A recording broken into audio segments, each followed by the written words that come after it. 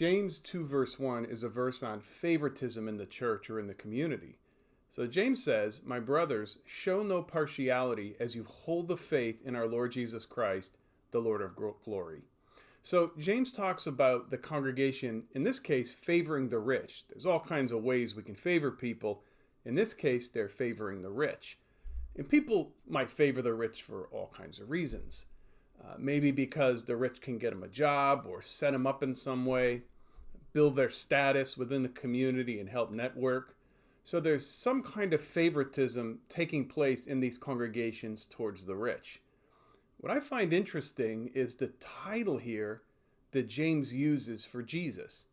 He could have ended the sentence by saying, "As you hold the faith of our Lord Jesus Christ." Ended it there. But he goes on to say, "the Lord of glory." That phrase, Lord of glory, is not trivial. It communicates the greatness of Jesus, the awesomeness, the power of Jesus. And so what James seems to be saying here is the fear of man or the fear of people subsides when we stand in awe of God.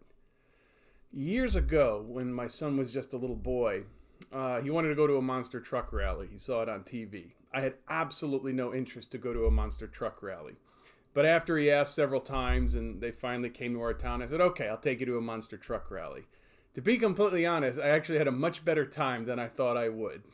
At any rate, I remember as we parked in the parking lot there, we walked past a couple of pickup trucks, just regular Ford or Chevy. And I remember thinking, wow, those are big. I mean, it must be really nice to drive one of those. And they just looked really impressive compared to the little car that I had.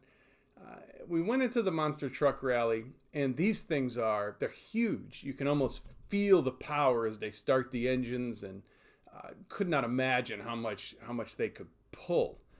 And then we walked back out into the parking lot after that, and I looked at these same pickup trucks, and I thought to myself, they're really not that impressive anymore. James is doing something similar here in James chapter 2. That when we see how awesome and powerful and majestic Jesus is, it pushes back against standing in awe of people. And all of a sudden, it kind of looks like we're all the same. We're all created in the image of God. We all have our own flaws and weaknesses, and we all have our strengths and gifts.